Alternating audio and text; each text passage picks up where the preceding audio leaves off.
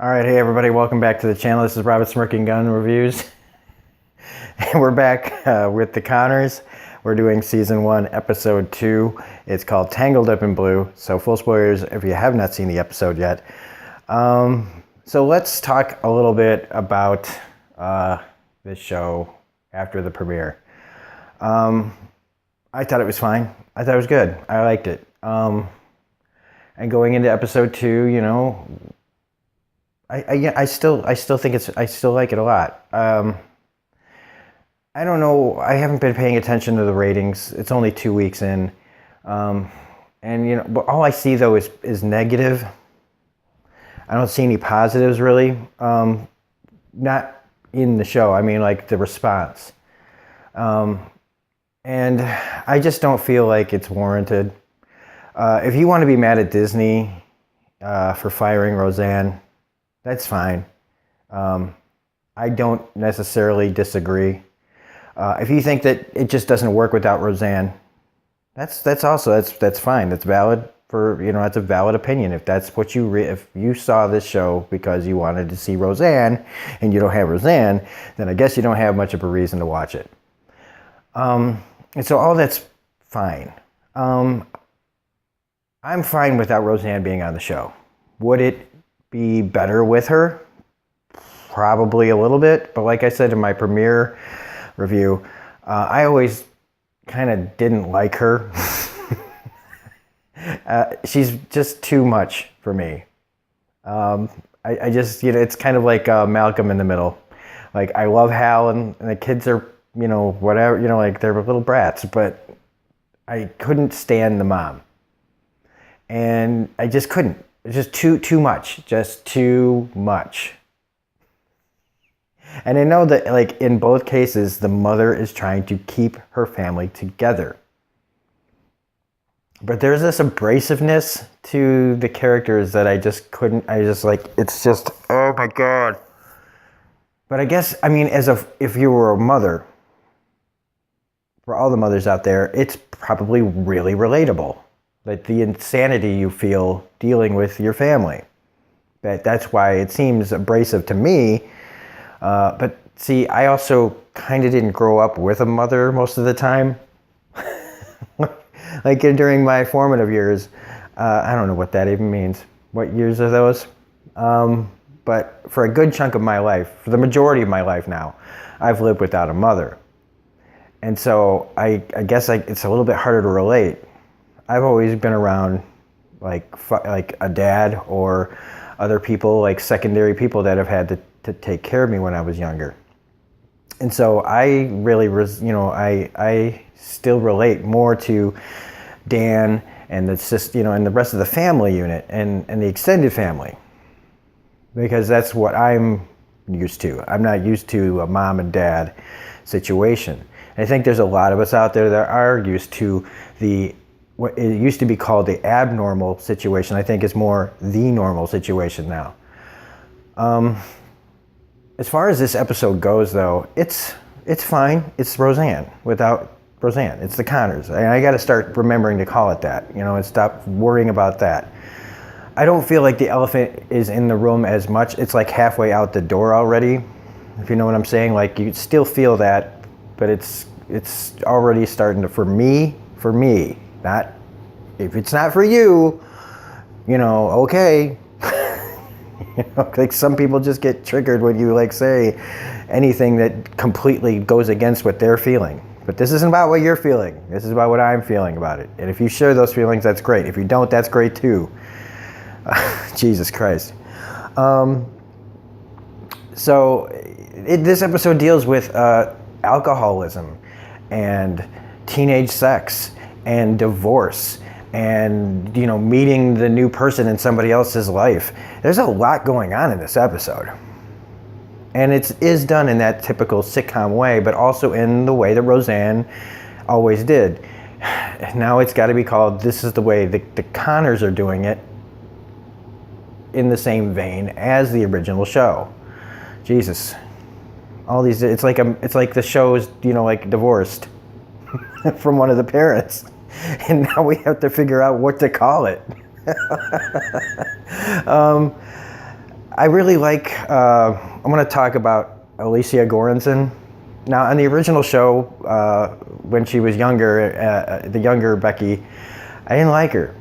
But that's because I didn't like girls like her when I was younger. And so, but now that she's grown up and she's my age, you know, like we're the same, she's like only in real life like a year older than me.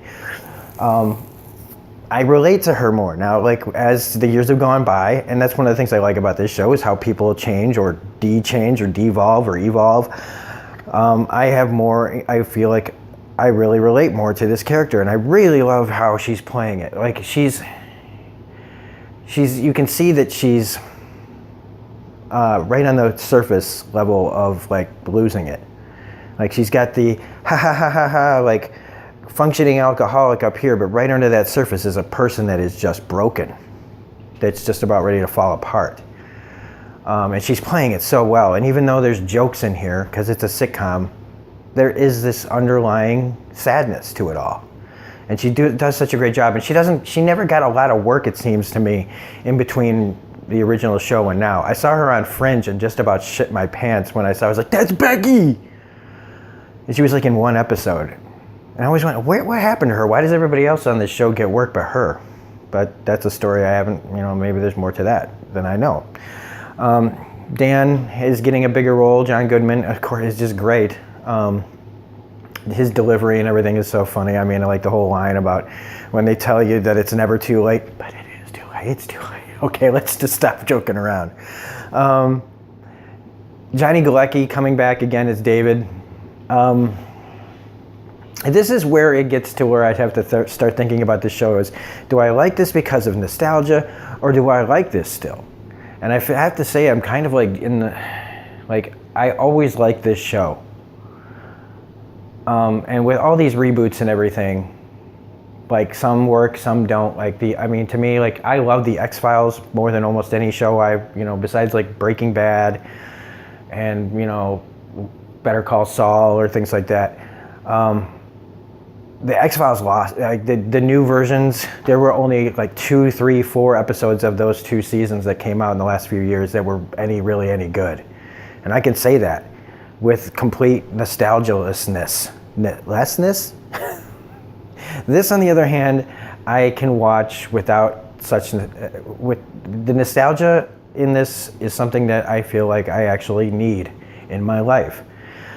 I feel like now that it's back on, and it's caught up to my life, these people are the same age as me as I was then. Now, like I grew up with these people, and they're still the same. They didn't jump in time or anything. And since it's the Midwest, same area that kind of I live in, slightly. I mean, I'm more of a rural area. They're kind of in the suburbs a little more.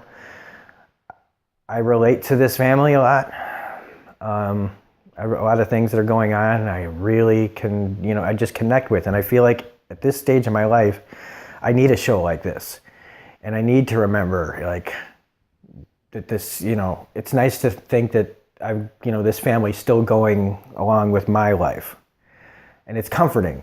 I'm usually not a comfort food, TV type of person, like where you just watch something because it's comfortable.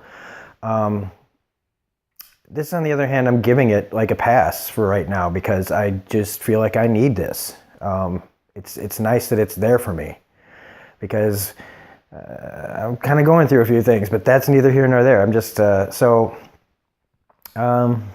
yeah, I feel like this is, for me, I don't know if anybody else feels this way, but I'm glad it's back in whatever form it takes. If the writing and everything was bad, I'd say it's bad. I mean, it's sitcom. It's a sitcom. There's going to be cringe-worthy stuff sometimes. There's going to be stuff that doesn't work for you. There's going to be like Justin Long showing up. Is it a glorified cameo? Other shows have done glorified cameos a ton of times, so I don't feel like it's too gimmicky.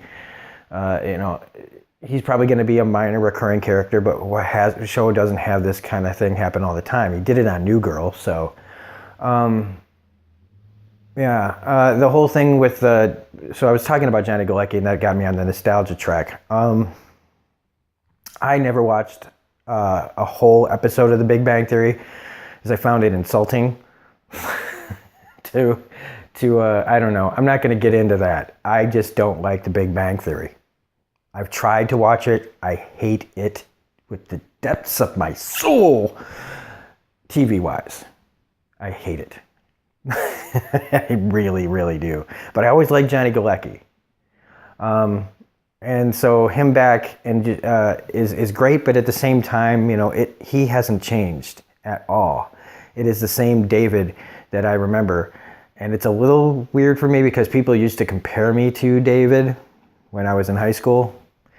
And back then I would say they're right because he's kind of this like just quiet, doesn't, want to, I don't know, unsure of himself kind of person. And I still am. But now but me then would never be making videos like this now and talking the way I do now. Me then would be saying, oh, I wish I could do that, but never do it.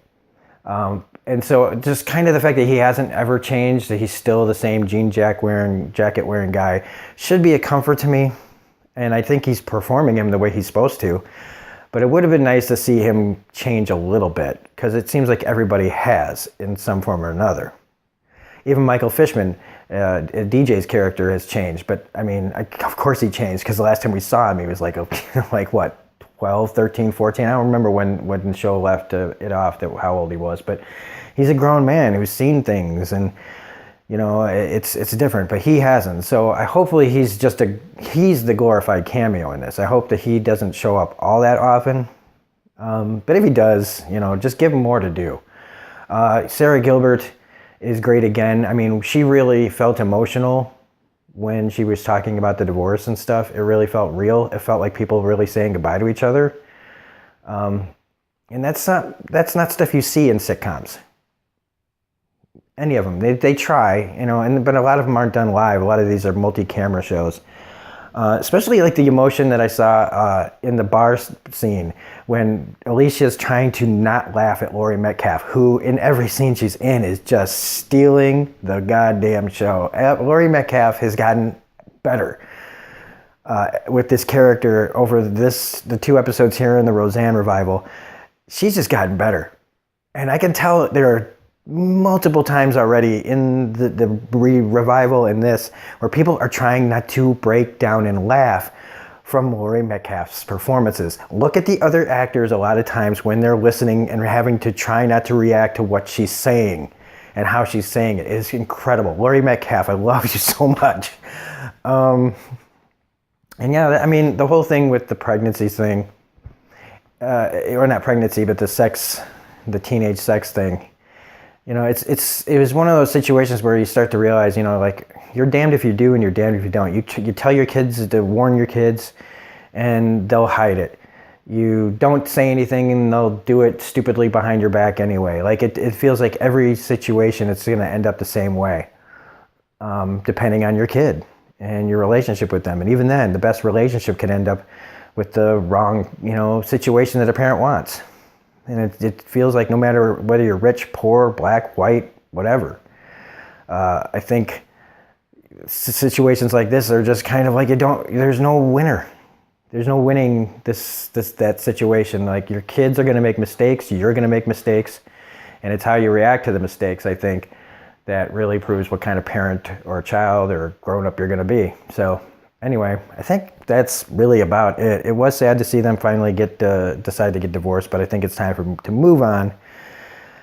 And yeah, I think that's it. I hope that, the discussion that they have about her alcohol problem, it does get handled a little bit better. Like just because it seems a little silly, like a little jokey, but awkward. And I get the awkwardness that those kind of conversations you can have. But I think it shouldn't be played as much for laughs as it did. But it's like you have to bring the funny a little bit to ease the seriousness of the situation. So I guess, whatever. I'm like contradicting myself, I think. So I apologize unreservedly. So that's it. I've talked about this way longer than I thought I would. So that's The Conners, episode 2. Hope you liked this video. So if you did, please hit the like button, comment, share. Tell me what you think about this show so far. If you hate it, man, just don't bother commenting, because I don't want to hear negative comment. Like, if you don't like it, say you don't like it, but I don't need anybody going on a long tirade about how, you know, much this show sucks and the world sucks and Roseanne shouldn't be fired and all this other stuff. If you've got some, you know, nice, well thought out negativity to say that doesn't sound like, you know, you're just raging, go ahead and put it there. Otherwise, we don't need that here at this channel. Otherwise, we will see you on the next video. So this is Rob at Smirking Gun Review saying thanks for watching this. Thanks for all the support. Again, we've hit 400 subscribers. So we did like over 100 subscribers in a month. That's incredible. So I want to thank everybody for watching and all that stuff. So we'll see you on the next video.